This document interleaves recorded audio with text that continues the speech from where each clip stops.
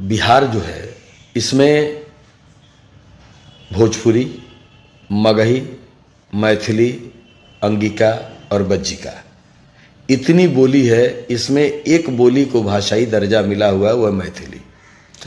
मैथिली में भी गाने होते हैं, मैथिली में भी गाने रिलीज होते हैं, मैथिली में गायक भी हैं। अभी अलग बात है, भोजपुरी में 1000 गायक है तो मैथिली में भी 100 गायक है। सही बात।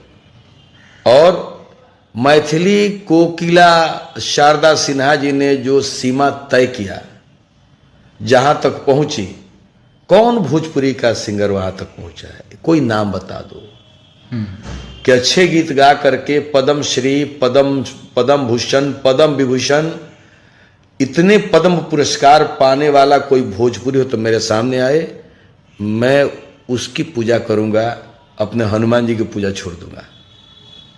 गंदे गाने गाएंगे अब पद्म श्री पाएंगे, ऐसा नहीं होता है।